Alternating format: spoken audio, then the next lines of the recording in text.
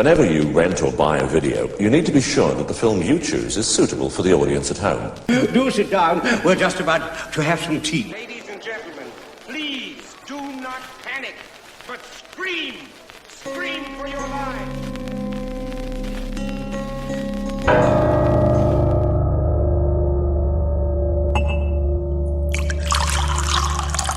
Hey weirdos, to kettles boiled. Welcome to Tea for Terror, where we take a favourite horror film and dissect it over a nice cuppa. I'm your host, Andrew Graves, and my guest today is here to tell us it's curtains for critics. Welcome, Barbie Wilde. How you doing? I'm fine. I had a wonderful double bill of Vincent last night. But I think as an actress who's still dabbling, there is something horribly satisfying about watching all these smarmy little jumped up critics getting theirs in a wonderfully theatrical Shakespearian way, which is, of course, theater. We're talking about Theatre of Blood. And I mean, I was going to go into this, but I think it's because this. I mean, the film we're going to talk about later, the baddies, I guess, are the kind of. I mean, Price is supposed to be the main baddie, but I would argue the critics are the baddie, and they represent a kind of very much an old school. I mean, film criticism and things like that, and theatrical criticism. Yeah, you still get your upper echelons of your observers and your guardians and all that bollocks, but actually a lot of it has shifted onto line, and it's kind of much more democratic now, which means you get a lot of crap criticism, but you still get good stuff as well. I would argue someone like Mark Commode is a decent sort of decent guy, but I think I've had arguments with I haven't. No, I don't agree with him on everything, but I think he's largely it's very clear that he's into cinema, and I would argue that a lot of some people that have written for The Guardian or Observer or whatever, I just don't think they understand cinema, and and I think, and I'm in, it's weird for me because I used to make a lot of my living through performance poetry, so I used to do performance stuff, and so I have been on the end of criticism.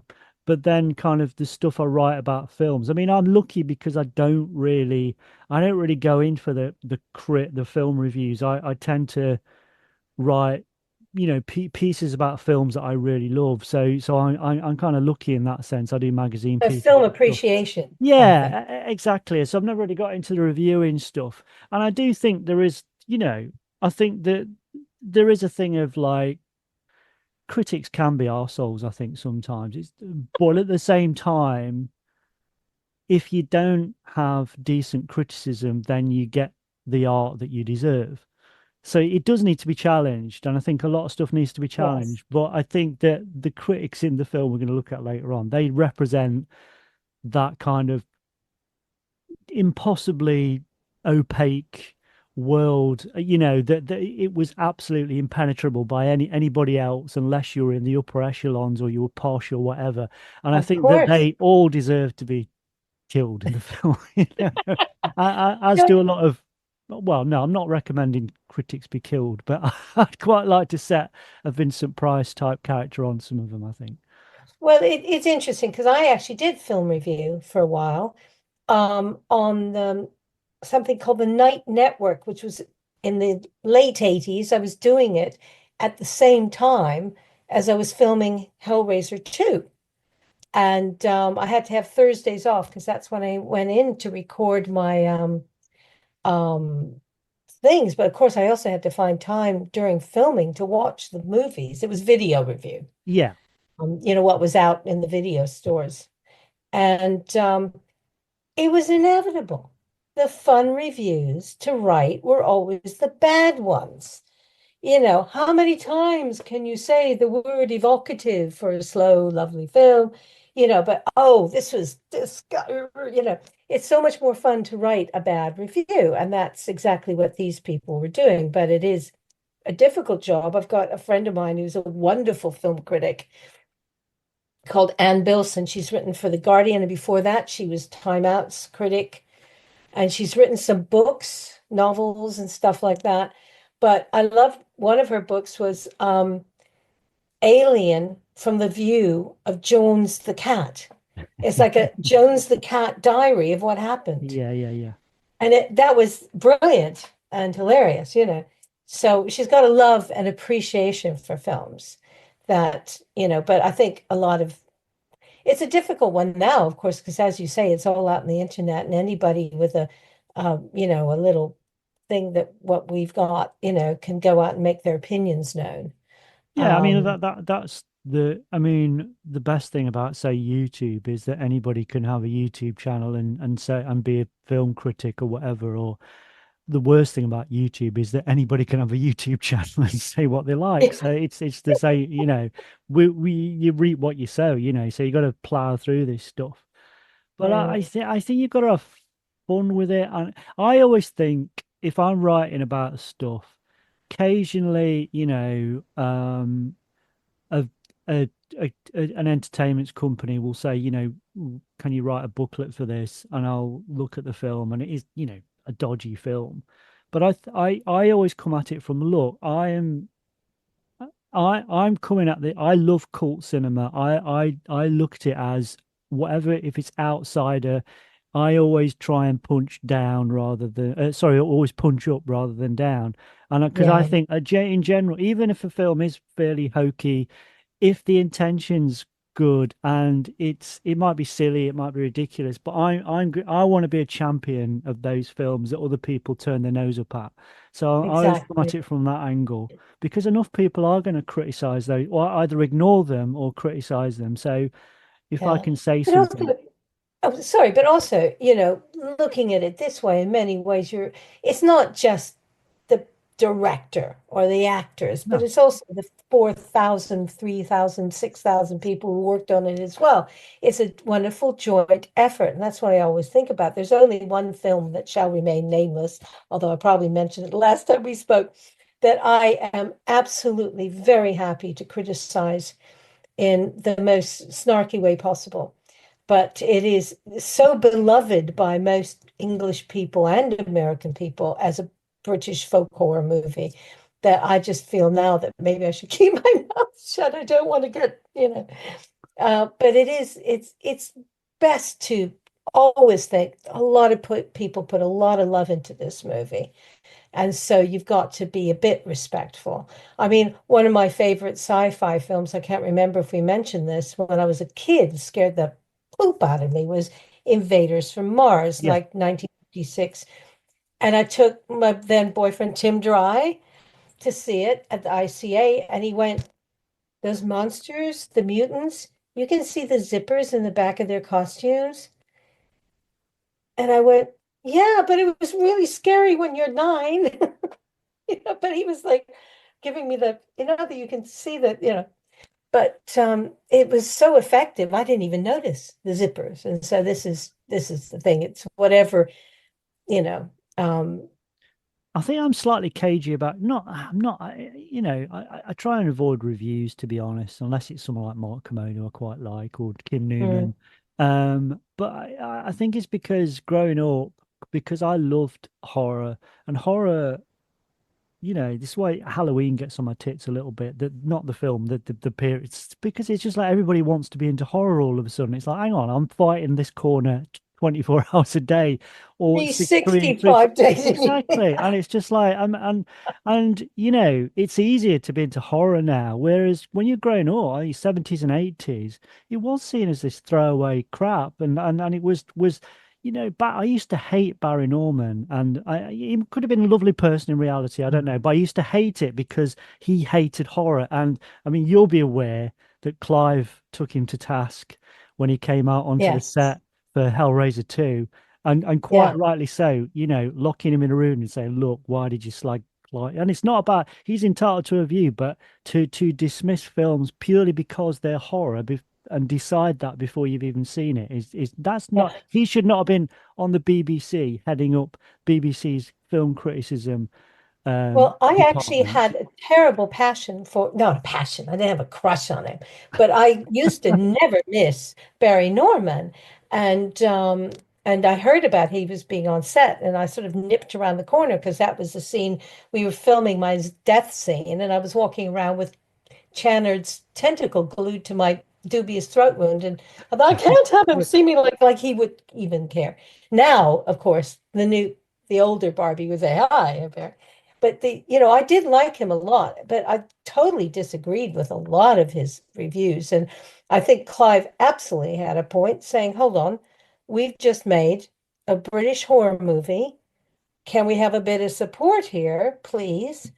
And I think he made a very good point, and I'm glad he did what he did because a lot of people haven't got the guts to confront critics. And that's why, that film we're going to talk about is so wonderful because it is basically every put upon artist who's ever had a bad review, whether you're a director, a writer, a producer, you're sitting there going, there's one point my partner said, I know it's awful, but I can't stop laughing because this is what makes this film so wonderful. It's the humor and the satisfaction, and it is revenge, really, which is one of my favorite topics in movies. I mean, it is, yes, I suppose it is a horror film, but like we talked about previously, real life horror. There's nothing supernatural about what happens, and that's actually quite satisfying. So it's like with Psycho, but there are real life monsters walking the earth, fortunately.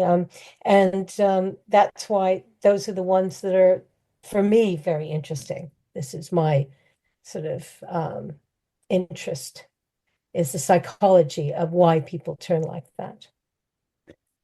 So Yes. I think we'll introduce it then. So the movie we're going to be talking about today is Theatre of Blood from 1973, as directed by Douglas Hickox, and of course starring Vincent Price. Edward Lionheart truly believed he was the greatest actor of his time. So when these 8 professional critics laughed at his work, Lionheart, what the hell do you want here? He must be drunk. Quite insane. it hurt him so deeply, Oh, my God. he killed himself.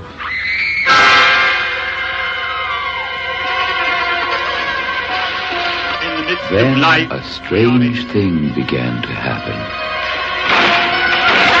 One by one, the critics themselves were murdered.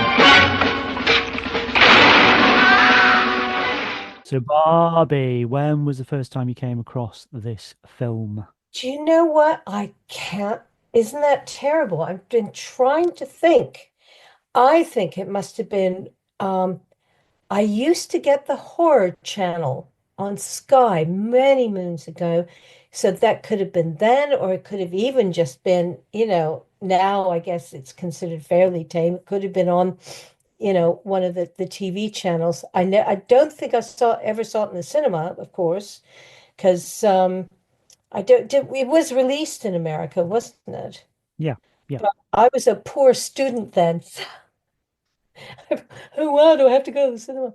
So the 70s was I did see a lot of films, horror films, because there were a lot of them in the 70s.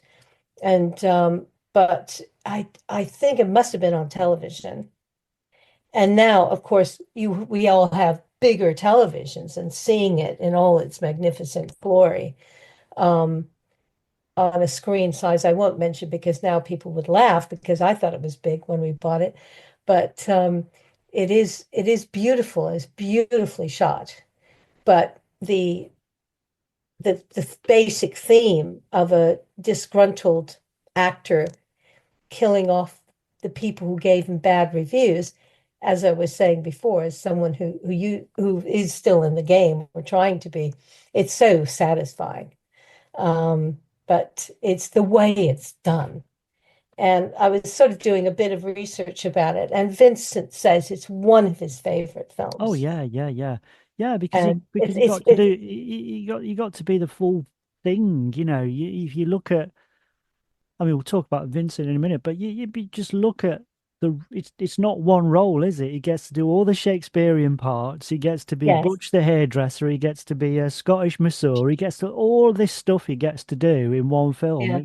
It must have been an absolute treat for him, really. I Oh, think. oh, he loved it, and Diana Rigg says it was her favorite film she ever appeared in. Um, but because they got to have a ball. Oh, which one am I today, darling? It's Hamlet. Oh, it's blah blah. It's this, that, and the other, and it's very inventive. Um, the way it's all done and the way it's all set up of the discrete theatrical posters, and especially in the beginning.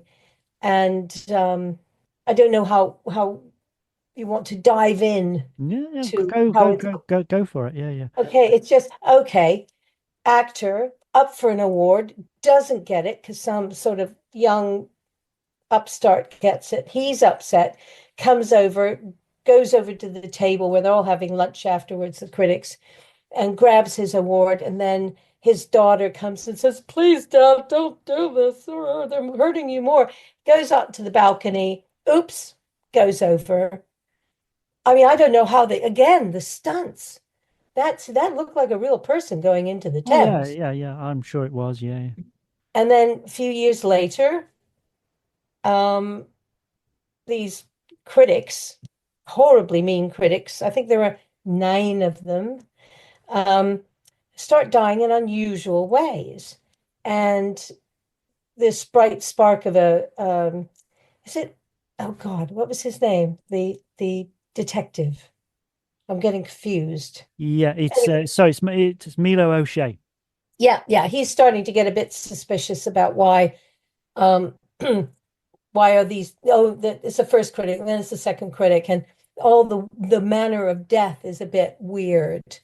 And then you suddenly realize that somebody is killing the great critics of London.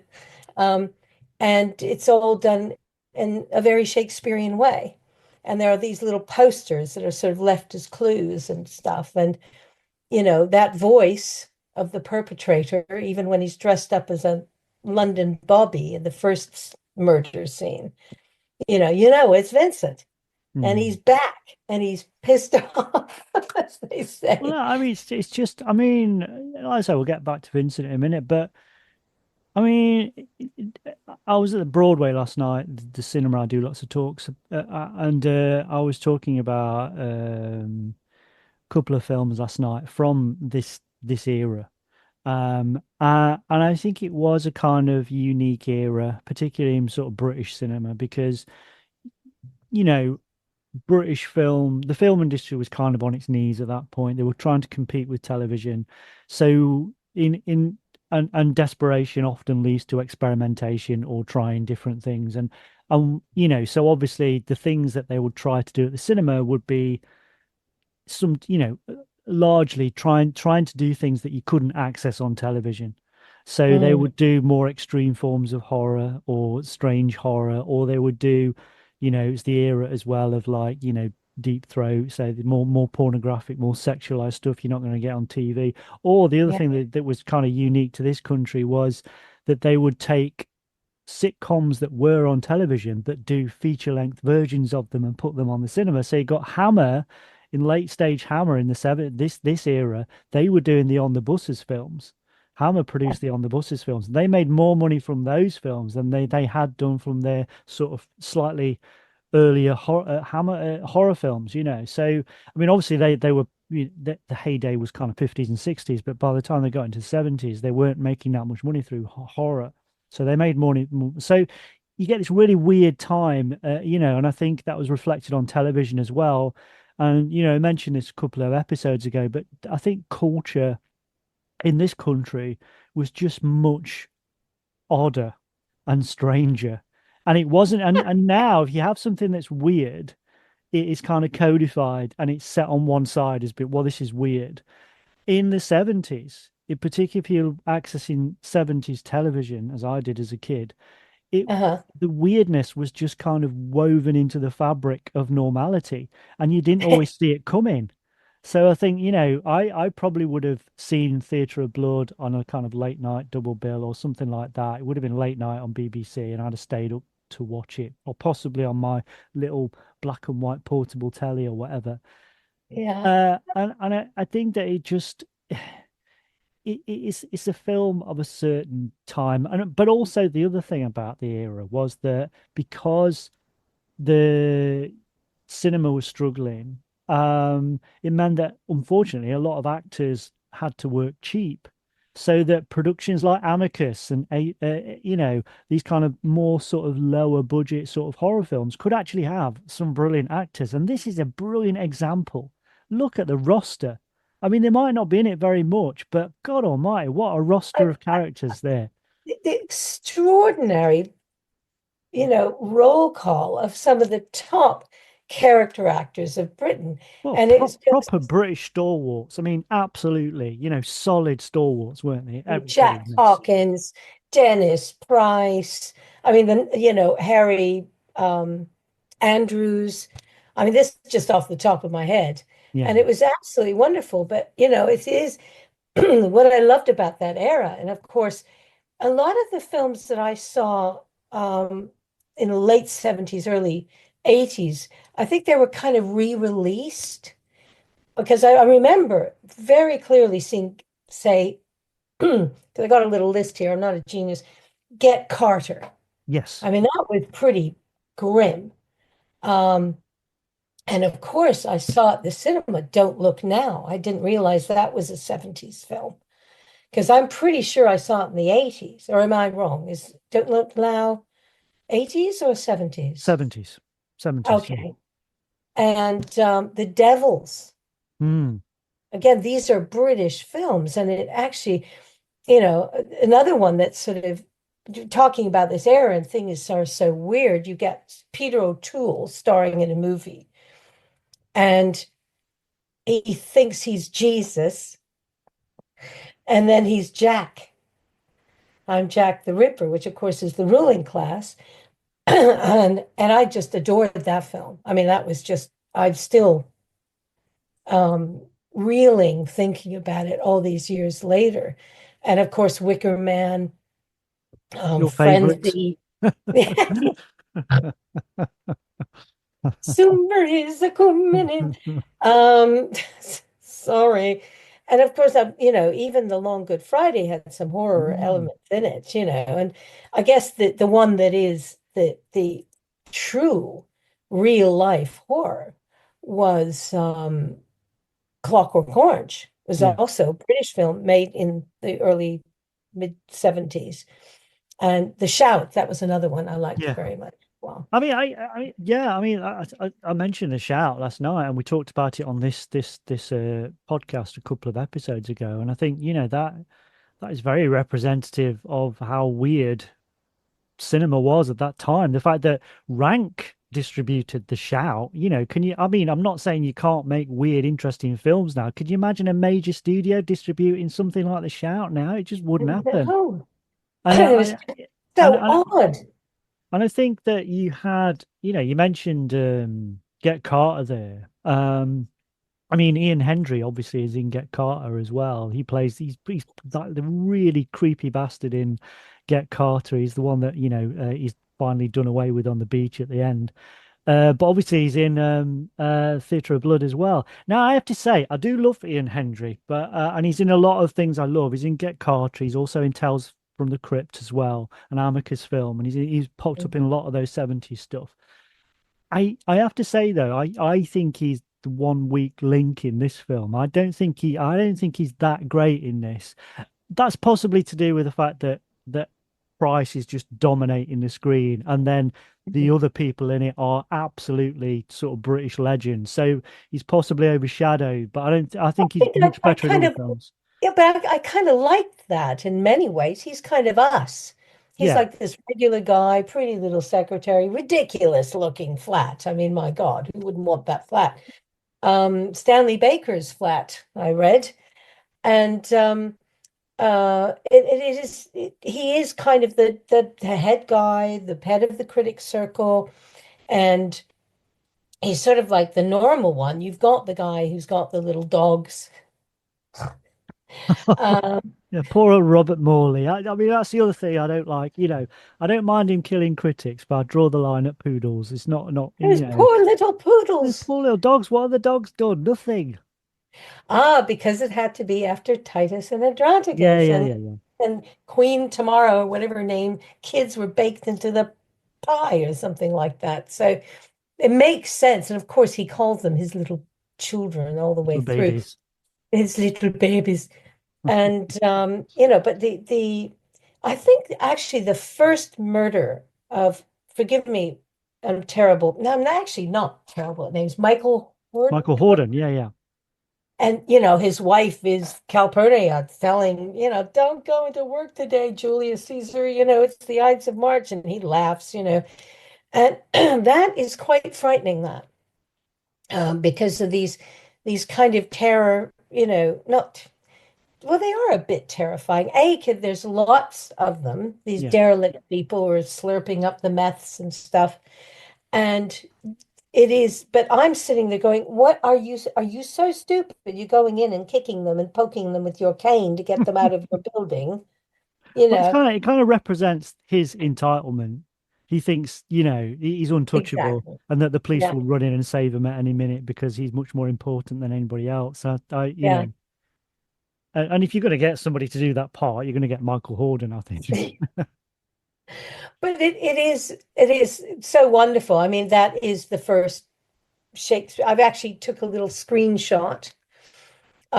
Julius Caesar was the first of this, amazing season that Vincent Price as is it Edward Lionheart Yes, or Edwin? Yeah, Edward. did. And he didn't get the award. And so when you think about, just grabbing Abominable Dr. Fives, which was directed out a couple of years beforehand, at least he was killing people who he felt were responsible for his wife's death. That's serious, you know.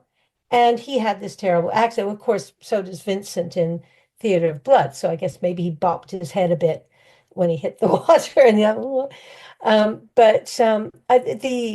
I think it's so wonderfully imaginative that they use these plays Yeah.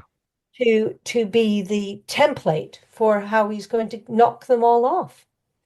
And it's wonderful. It's weird. Like that opening scene where Michael Horden gets killed. I mean, it does set the scene. It sets the tone.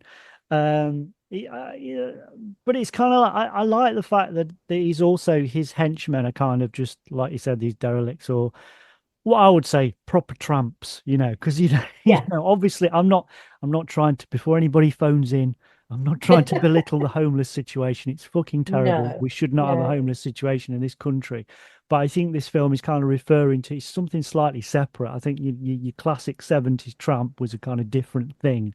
Yeah. It's like, But also I think it's done in such a theatrical way. I mean, yeah. this is, they're not It's also a yeah. kind of, if you look at, I think that Tim Burton must have seen this film, because if you look at Batman Returns, the way that Catwoman's kind of the origin story of the Catwoman character, she falls from a building and she's kind of woken up by cats, and it's the cats are, they just replace kind of cats with derelicts, or the opposite way around. But it's kind of a similar sort of thing, and I think people have used it, this idea that you get a near-death experience, then you're rescued and become sort of evil or vengeful, or it's just that Or a classic hero. sort of I mean, thing. you Yeah, yeah, get yeah, rescued, yeah, or you go nuts and start, either killing people in the way of the biblical plagues like Abominable Dr. Fives, or, yeah. like this, play by play. Because I guess this is has just as much in common, in the same way that Dr. Phibes does. It has just as much in common with the original Phantom of the Opera. It's that's it's kind of the actor theatrical version of Phantom of the Opera in some ways, isn't it? Yeah, He's even yeah, got his yeah. young apprentice, which is his daughter, all that kind of stuff. So it has all those kind of elements as well. But obviously, Gaston Leroux, influenced a lot of people. That's a classic sort of story that Yes. dominates kind of horror in the same way that Mm. Jekyll and Hyde and Frankenstein and Dracula do. So it does, but it's just so well done, and it's funny, but I don't think it really it is slightly camp, but it's nowhere near as camp as Dr. Phibes. Dr. Phibes is Dr. Phibes is Robert Fust. Robert Fust was very much involved with the Avengers TV show, and it has that same sort of campness. And obviously Yes. we get the Dinah Rigg connection in this as well. But Yeah. yeah, Phibes is great, but it's much camper, deliberately so, and it's But I kind of. think every one of those soliloquies that Vincent plucks from the plays that he's used as a template for his murders he does them Oh beautifully, yeah, yeah, yeah. you know? And I think that that's really he was so delighted to be able to do some Shakespeare. I think that's why he took this film. And he did a great job, and it's all very heartfelt. And there are moments when you actually feel so sorry for Mm, him. And of course Diana Rigg. mm. And you feel less sorry for the horrible critics. Yeah, yeah, yeah. Good day, Mr. Devlin. Theatre of blood. Yeah, so yeah, as we were saying, I think it is, it is very heartfelt. There are camp elements as mentioned before, and there are very funny one-liners and things like that. And obviously the deaths that are set up are very sort of blackly comic. The one that they're all good, I think, but the one that they just, the most kind of ridiculous, I guess, but also the most funny, I think, is when they just leave the trunk in Arthur Lowe's bedroom. You got I, poor I was Joe, wondering if you're going to say that. Joe Hickson and Arthur Lowe, which is funny anyway. You got Miss Marple and Captain Mannering in bed together, and then you've got and then they're inside the trunk, and then they get out, and then they kind of basically anesthetize them with whatever they've got in these syringes, and then it just cuts poor Arthur Lowe's head off. But the moment And then when dumps his it on a wife says, milk bottle. but when she turns and she wakes up and she goes, "Stop snoring again." It's a sawing sound. I mean, that made us laugh out loud. That was wonderful. And the other scene that I absolutely adore was when they were doing this sort of um let me just get it. It is Romeo and Juliet, isn't it? Yes. And they're bouncing for, I mean, how they came up with that stunt of fighting with sabers, foils, and bouncing from trampoline to trampoline. I mean, it was just fantastic. But it was all very gory because they got their little safety bubbles off, and it was Yeah, Ian Hendry's character, Devlin, he gets sliced to bits, doesn't he? Poor lad. no, it all looked very visceral to me, and I don't remember it being that way. I don't know. It's because we've had our TV for a while, and I know we must have watched it, but it just seemed very.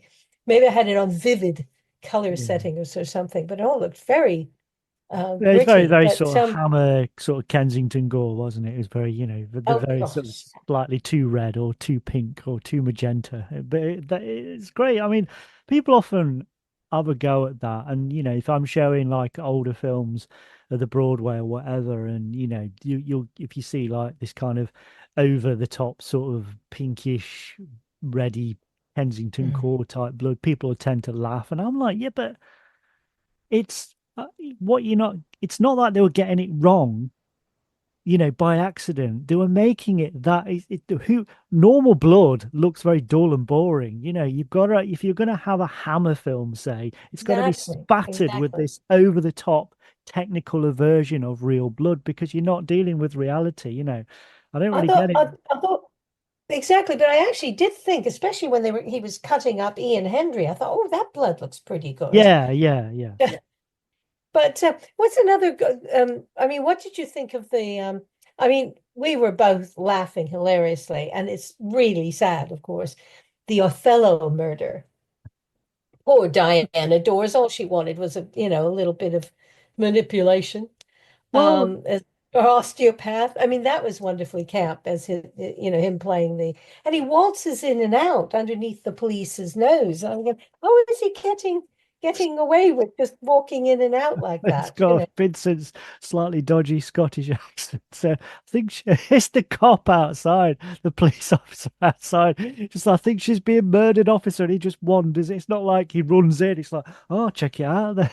It's like he went to the Barbie Wilde School of Accents. I mean, you Yeah, don't yeah. want to hear about, hey, up along, and but it is, I mean, one has to remember, of course, that Vincent, like a lot of Americans from that time. I mean, we're big fans of this black and white TV series called Perry Mason, made first in the 50s. And you get all of these guys, like the doctor, like the actor who played the scientist in The Thing from Another World, you know, the way they speak is so precise. You'd almost think they were English. And of course, he was trained.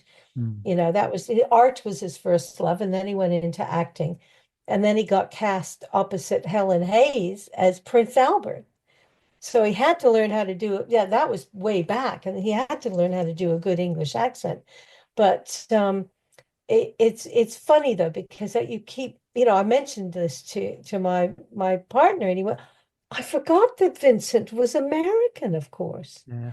But he did so many of these, the Corman and all these horrors where he had to play sort of, I don't know, received English or whatever it's called, or um, what Well, actors use. he spent a lot of time in this country as well because he did a lot, those AIP things and things like Theatre of Blood and Vibes and all this kind of stuff. Yeah, he did a lot of films in this country. He was kind of single-handedly propping up the British or helping to prop up the British film industry. He did a lot of stuff. And Yeah, some of them are better than others, but this is top dollar. This is a brilliant film. But I yeah. think just getting back to that the Othello murder. I mean, that's the most interesting one in some. I mean, it's not as good a because we don't get other than Dinah Dawes, they don't get a death. But that's the most interesting one because he ends his life by effectively sending him to jail. So I always thought there could have been you could do a short story about that character in jail, thinking what the hell's just happened. But poor What old have Jack I done? Hawkins. But Well, the other, Jack Hawkins was. I mean, he had. This is quite. I mean, I don't know. It depends how you read this, but I remember reading ages ago about this because obviously he had throat cancer. So yeah, I yeah, think in 65 he was diagnosed with throat cancer, but he had to have his larynx removed. So obviously, it's kiss of death as an actor. But they kind of, people supported him and they kept him in the biz and they would dub him. So obviously you can see he doesn't really get a lot to say in this. And I think there was a lot of films in the sort of 60s and early 70s. I think his last two films, in fact, were Theatre of Blood and Tales of Witness Madness. So his last two films were two horror films. But yeah. yeah, so We have his people, his friend Charles Gray, who of yes, he course dubbed. played Yeah, yeah, yeah. Blofeld. He actually dubbed him, from what I can understand. But he died just within 6 months of the Theatre of Blood, as did Dennis Price, who is also in one of my favorite old-time English films, Kind Hearts for Cornets, Yes, yeah. which I is I I rewatched that again the other day, and but I think there's a big connection between this, because Kind Hearts and Coronets is always seen as a comedy, and it is a comedy. It's very funny, but it's a brilliant serial killer film as well, and this is very much, of course. tied to that. It is, Dennis Price. He would often pop up in those kind of roles as well. And but yeah, Kind Hearts and Coronets, I would definitely it's a double bill with this. Absolutely, I It's love funny. that I, film. I I I said it and I love it, and then I went, hold on. He kills Alec Guinness over and over and over again. It's absolutely brilliant. But it is but again, he felt he had, again, the theme is revenge. He felt he had, what they did to his poor little mum. He felt he had a good reason for it. And in Kind Hearts and Cornets. But it was quite lovely seeing him in there. And I said to my husband, do you recognize it? Yes, of course I do. Because I've got this, I'm so irritating because I've got this like encyclopedic brain with certain films. And I always say this fatal thing. But of course, I've read the book first, it's like, Mm. stop it, don't do that. It's really irritating. But I have a very adorable friend who's 90, bless her, and she goes, "Oh, I couldn't see the film. I love the book too much." I went, "Really?" And I checked to see this is an original idea Yeah, yeah, yeah, yeah. by the script writer, which I thought was interesting, as was, I think, Abominable. It's not Yeah. Dr. Fives, I don't think it's based on No, anything, no, no, no. which is always nice to see because so many things now are either based on a previous film and they're remaking all these films now, and I find it, I mean, I hope they don't start touching our favorites, like Theater of Blood and all this kind of stuff. But I I, guess it's I, I, I just think I don't really care. It's kind of like, because sometimes you get some good stuff come out of stuff like that, and my attitude is always, well, there was a lot of stuff recently about the remake of The Crow, and it's almost like death threats. Don't do this. But they love it, and I just think, well, harsh. the original Crow's not going to disappear. You can watch that whenever you want, and you can completely disregard the new one. It's not going to change or alter or do anything with the beloved piece of art you love. It's still going to be there, and Exactly. And what and occasionally look at the Thing, the remake of the Thing, or the whatever Carpenter wants to call it, the redux or whatever it is of the Thing. I mean, it's Mhm. just quality, and the remake of The Fly is fucking fantastic as well. So it Yeah. can work, Right. but Of course, the original Fly had Vincent Price in it. exactly, Yeah. But no, it's funny. One also has to remember that I'm a big lover of film noir, and we think, oh, the Maltese Falcon, it was so great with Bogey and blah blah blah. Well, actually, there was one in the 30s yeah. made, and he was in a remake. So you have to remember those things as well. And but no, I do feel a bit precious about things. I mean, people are making a fuss about the new or the Gladiator too, and I'm going, yeah, I can't possibly go through that again, because the first one just made me collapse in tears, And a very sensible friend said, he was a gladiator. They die. I mean, get over yourself. I, Okay. I've never been into Gladiator, I don't really get the fuss. I don't Mm, know. I think it's almost like Ridley Scott for me. Everybody's always kind of like, oh, Ridley Scott, Ridley Scott, Ridley Scott. And I'm just like, yeah. but do you like Ridley Scott that much? Because if I say Ridley Scott, I mean Alien and Blade Runner. That's it. I'm not really that fussed about his other stuff, to be honest. I'm not saying Yeah. it's I bad. It's think, just not really someone who necessarily appeals to me. I just like those particular films. yeah, I haven't seen actually much of his recent stuff, but if correct me if I'm wrong, I think the first film he did was The Duelists with Yes. Harvey Keitel Yeah. and oh, I can't remember his name. I can see his face right in front of me. Famous dad, Carradine, a younger Carradine. And it was very stylish. It was just a bit weird hearing. I mean, it's so snobby, because I am sort of like secondhand English, if you like, but hearing American actors pretending to be 17th century French swordsmen, right? And with this duel that keeps running on throughout this war and stuff like that. And if they'd had English accents, it would have been okay. But because it was like, yonder lies the castle of my father, kind of Tony Curtis in the Black Shield of Forward type, it was like, it was just jarring to me. But it still was a beautiful film. And of course, Alien was like head exploding, brilliant. And Blade Runner, I love. But anyway, no, but I do think that I am very cheerfully available to watch any Vincent Price movie. I think he's like Peter Cushing for me. It's do you have you ever seen bad performance from Peter Cushing, even in the most awful film. No, Um, I think Peter Cushing, in a lot of ways, I think Peter Cushing gets a better rep than Vincent Price. I think what you tend, I mean, coincidentally, Nick from Hellraiser and Hellraiser 2, Mr. Chatterer, yes, he yes, came on and he did, coincidentally, he did Mask of the Red Death.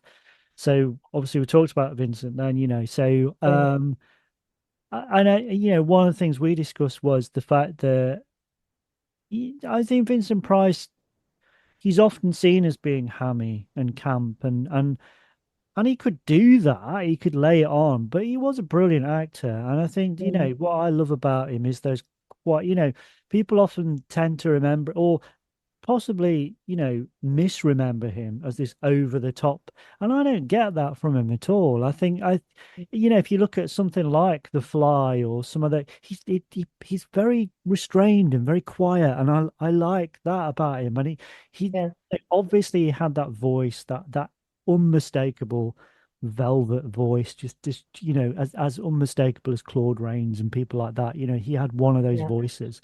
yeah.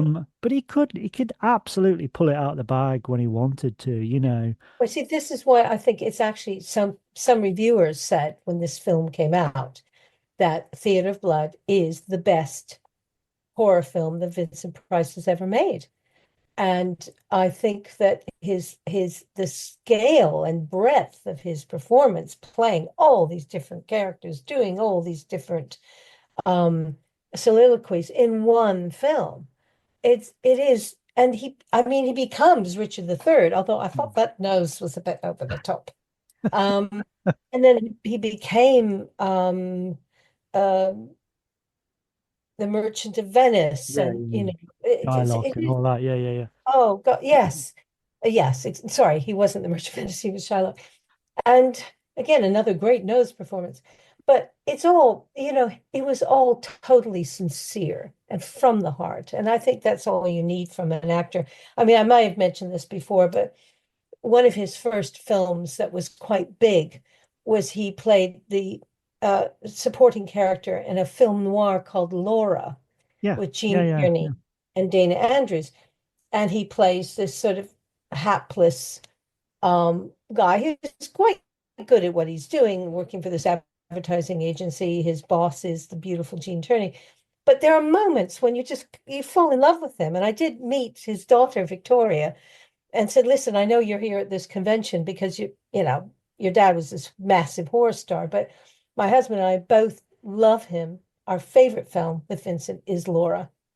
And she almost, oh, I love him in that. It's my favorite film too, of his performance, because he's arrogant, and he's does the gamut like he does in Theatre of Blood. And I think that's why I'll always have a soft spot for Yeah, and I think Vincent. from what I understand, he was a nice guy as well. And I think that, I'm not saying it was necessarily coming at it from a negative point of view, but I think in some ways, because this film is about revenge on critics, in some ways, I think he just did it because he really enjoyed it and he does some really good stuff in it. But I think Mhm. that you could read it as him getting a little bit of his own back on an industry which was Yeah. completely denying him a lot of those roles because they only saw him as one thing. So Mm, in this, he gets to be the horror star, but he also gets to be all these Shakespearean characters and other characters, and he's yeah. fucking great at it. Yeah. You Well, it's know, just, I mean, the modern equivalent, it's just popped into my mind. And I know you're going to go, huh? Where did you go with that segue? But, Tom Hiddleston made kind of his mark playing Loki yeah. in all the Avenger films.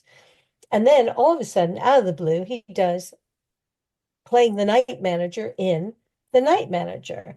And it's like, hello, I can actually do like sort of spy, tough guy stuff. And yet I'm the sensitive night manager and I'm revenging my, paramour and all this kind of stuff.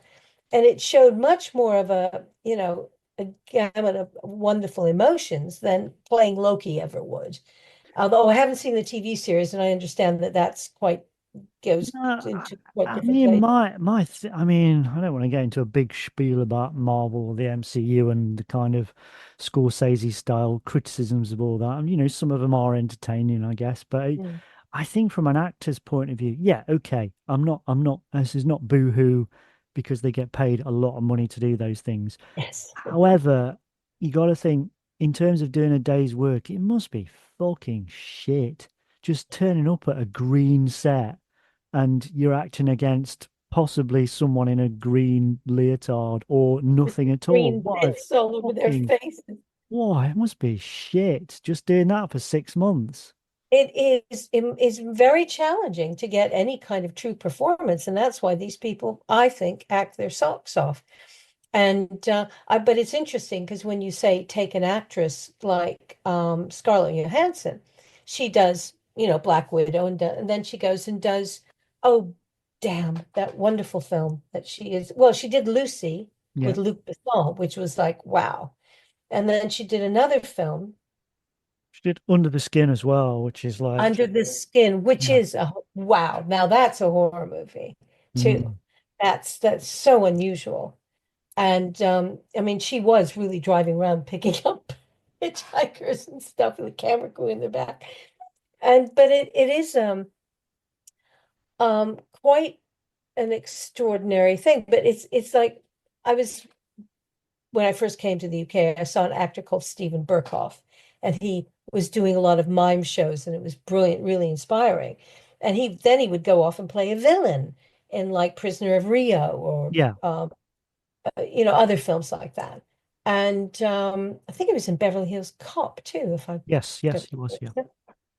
And so he said, I do these things because I know I'm playing cardboard villains and stuff like that, but then I get enough money from Hollywood to come back and put on my shows at Fringe Theaters, the West End, or whatever. And it's just, and it also feeds his soul to be able to do his own work and stuff.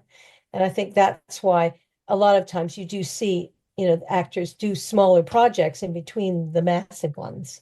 I think there's a lot of that, and it's kind of like you got to reach a balance, and you got to keep your own sanity. I think Ben Wheatley will do lots of these British-made kind of films, which are just brilliant cult cinema, folk horror, whatever you want to call it, Field in England or Kill List or Sightseers, all these kind of brilliant stuff. But then he'll go Yeah. off and do The Meg 2. But it's kind of like, well, yeah, because he can get a big chunk of change for that, and then he can probably make a couple of films from the money he makes from that. So I didn't realize he directed Meg too. yeah, I yeah, yeah, forgot that. yeah. Oh, wow. Thank God. Well, I think again, I think a lot of people do that. And if you have the wherewithal to do, say, what was the film that Guillermo del Toro did, which was they had the robots in the sea? Oh, yeah, the yeah, Pacific Rim. yeah, yeah, yeah. It's Yeah. terrible. But he made a lot of money from it. Yeah. Listen, I love Guillermo to bits, but I like the little girl in it, and there was a dog, and so if there's a dog, I'm okay. But and I'm not really a big fan of seeing kids being threatened in films, but she was great, the little girl. But then he goes and does, a much smaller film like Crimson Peak, which Yeah. I love gothic horror. I adore it. So that's always, nice to see. And but it's always interesting to me, I have no idea what the budget was for Theatre of Horror. It looked Theatre of Blood, sorry. It looked quite impressive. Um, but when I think of other directors that I love, okay, I'm just looking here, say Theatre of Blood. What was it? Oh, there is no budget on there. Okay. I But mean, say a lot of it would have gone on casting, I guess, and they quite cleverly utilize lots of it's all on location as far as I can see. I don't think there's any yeah, studio, there's no yeah. sound stage. It's And the all on theater was location. actually the Putney Hippodrome, which had been derelict for 10 years.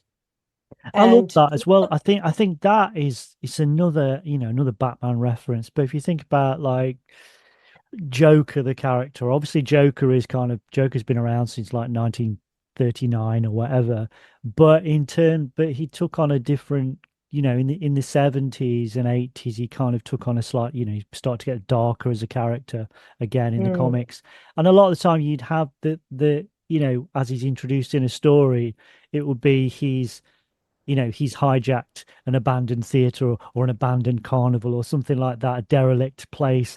And that I think it kind of starts from these kind of films. I love that idea that he's in this decrepit theater that's literally dripping and rotting, and it's full of derelicts or tramps or whatever, and it's kind of it's almost like that Polanski repulsion thing. It's representing the building, represents his cracking psyche. It's all crumbling away inside there. Something has gone wrong. It's brilliant. No, it is wonderful, and it's a metaphor feast, all those different things. But another film that I wanted to mention about, would you just shut up, little, why am I getting emails? Gosh, well, there's no budget on this one either. It's like when you think of, if you've got I think that the direction on this film was fantastic. And I'm thinking about another one, another horror film I love, directed by Jacques Tourneur, who's I'm just managed to mess up his name horribly, called Curse of the Demon. He had a fake leopard, all this kind of stuff, but it's still, because of course it's black and white. I mean, again, that's one of the wonderful things about Theater of Blood is it's in glorious Technicolor. Yeah. And it still is so atmospheric. Well, it's got it is I think it's not Technicolor. I think that it's like the color by deluxe. It's a similar sort of thing, but it's got that kind of being specific. I just sort of no. I'm being a nerd. But but the thing, it's got that 70s. I think sort of to late 70s you started to get films that had, they looked a bit more glossy. Yes. I always think about Superman. Superman looks very glossy. It's good, it's lovely, but it looks really glossy. Whereas I think earlier in the 70s, there was always this kind of like this grain over the top, and the fact that it's in, it's set in 70s London, and we see those real locations, and as lovely as London is, it's it's pretty grotty as well, particularly in that era. And it's like, so it kind of has all that as well. And, you can kind of see the rubbish in the streets in the background, and you can kind of smell the damp and the peeling wallpaper or whatever. It's just got that atmosphere as well as this kind of more fantastical element as well. Exactly. It was wonderful. I mean, the contrast between the luxurious apartment of Ian Hendry and, all the other places that people were seen in, and sort of the muck and the mud and the ugh. It's wonderful. But of course, I came to London in the late 70s in 77. And I was a little bit going, whoa, it's getting on to the other wonderful actor in this, other than the other millions of actors that were wonderful in this film, was Diana Rigg. Of course, in the 60s, we watched The Avengers. And I don't know, was it in color in the UK? I think the first 2 or 3 series were in black and white, and then it went into color. Right. It's just that my father believed that we had to wait till the technology got better.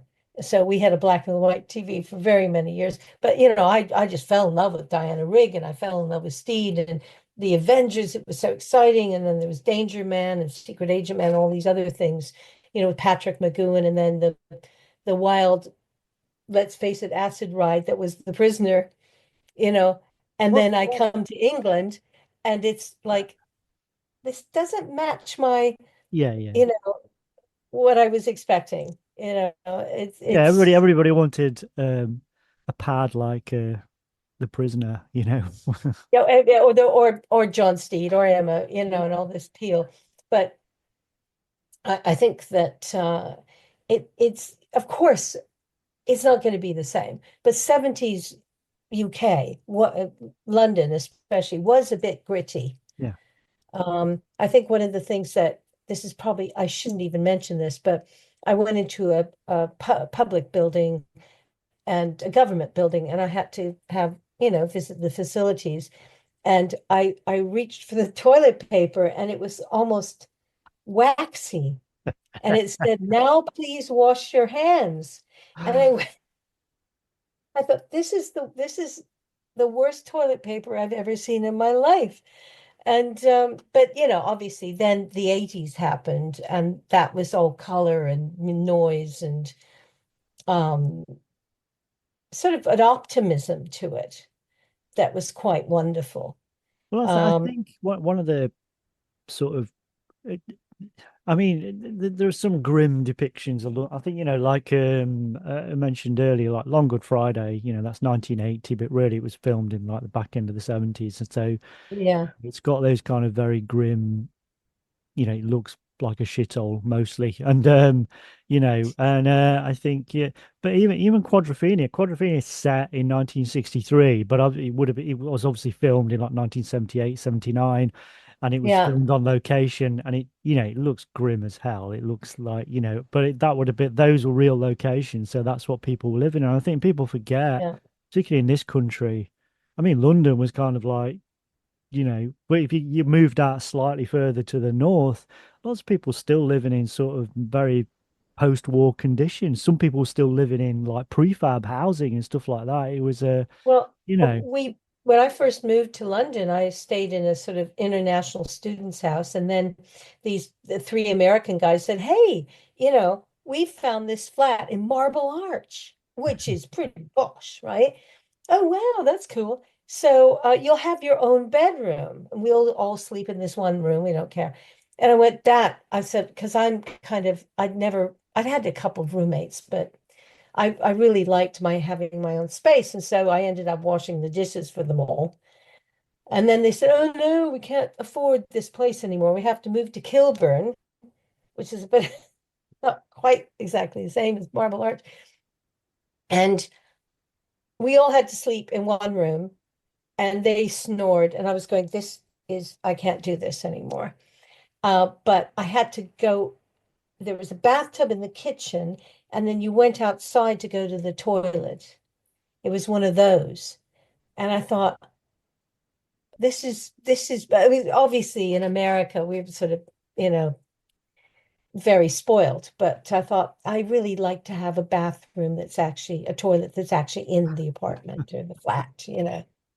That's just tick that one off the list. well, that's why in the 70s. I mean, I didn't have I had an inside toilet, I have to stress, but in the 70s, we would view American TV shows, even if it's something like Happy Days, which is kind of like period piece, but you'd watch all this kind of stuff, Yeah, and it just looked much nicer than our sort of TV shows mostly, yeah, yeah. and it just seemed to, and people are different in America, lots of different stratums of kind of class and all that kind of stuff. But from our point of view, as a kid especially, it was like, Jesus, everybody lives in absolute luxury. Well, Everybody's house is brilliant.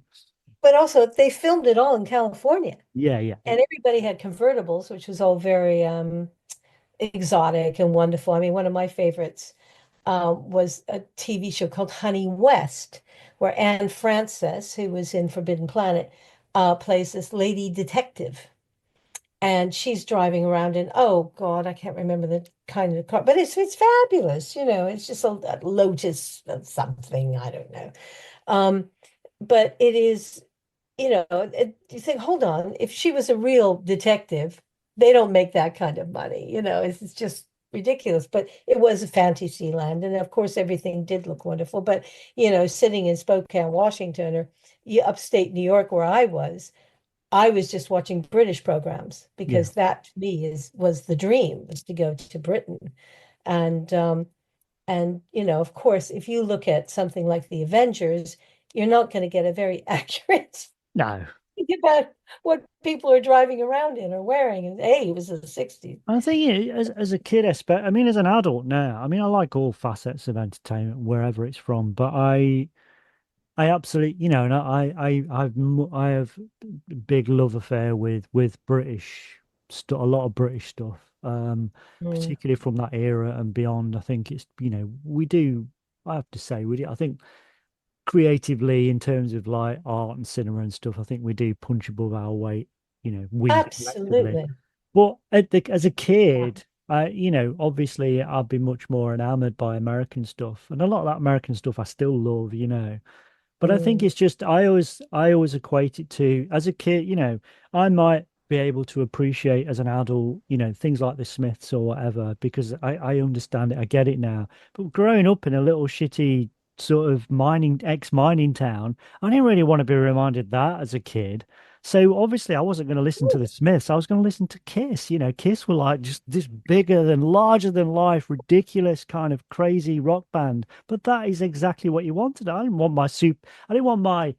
my rock stars to be telling me how bad things were. I wanted superheroes and vampires. That's what I wanted. It was obvious. Exactly, and even Kiss when it's most excessive. It's aspirational. I mean, you don't need to be told how miserable you are. You don't No. think just sort of paraphrasing one of the Smiths songs. But it is strange, and that's why I love the change from the 70s to the 80s, because that was, I started working more. I dyed my hair blue. We were supporting Gary Newman at Wembley. I mean, it was just a different world Mm. rather than being sort of a miserable mime artist doing shows to,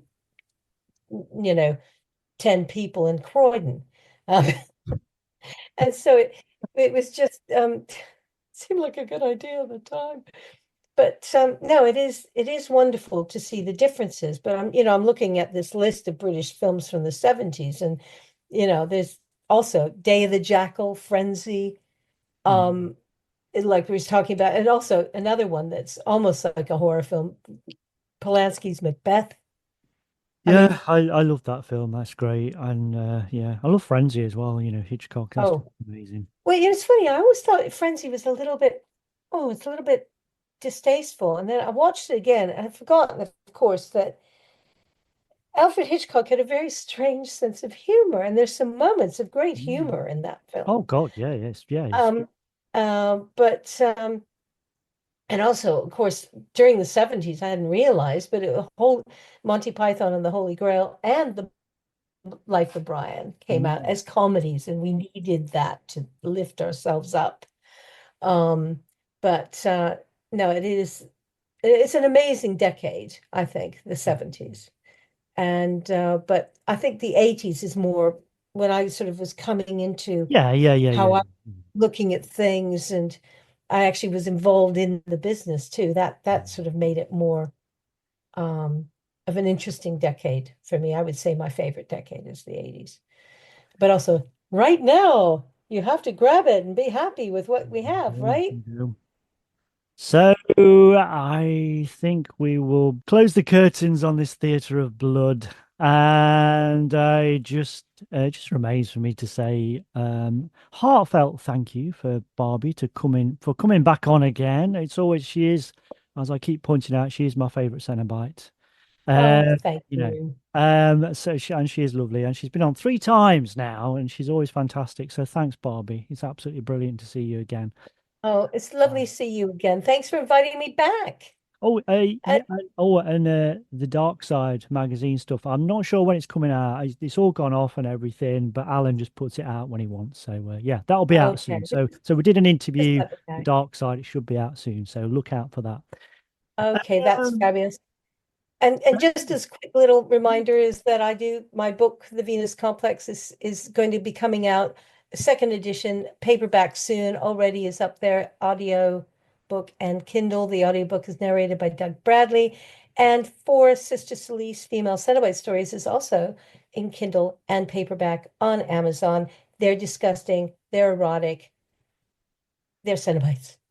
So there it's you go. yeah. I mean, Barbie was kind enough to whip me a few copies of those. Yeah, they are. I can thoroughly recommend them. Absolutely brilliant. Oh, thank you. That's sweet. Well, Um, absolute pleasure. Thanks for inviting me back. So remember to call round next time. Make yourself at home. You look like you're dying for a nice cup of tea for terror. And remember, my friend, future events such as these will affect you in the future.